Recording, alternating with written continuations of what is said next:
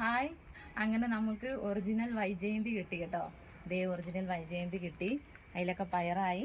അപ്പോൾ നമ്മളിന്ന് പയറൊന്ന് എടുത്ത് കാണിക്കാം കേട്ടോ.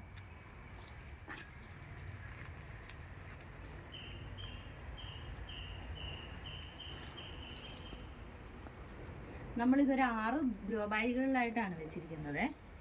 അത്യാവശ്യം നമ്മുടെ അടുക്കളത്തോട്ടമാണ്. ബാഗുകളിലാക്കിയാണ് വെച്ചിരിക്കുന്നത് കേട്ടോ. അപ്പോൾ അത് മതി, നമുക്ക് വീട്ടിലേക്ക് ആവശ്യത്തിനുള്ള പയർ കിട്ടും.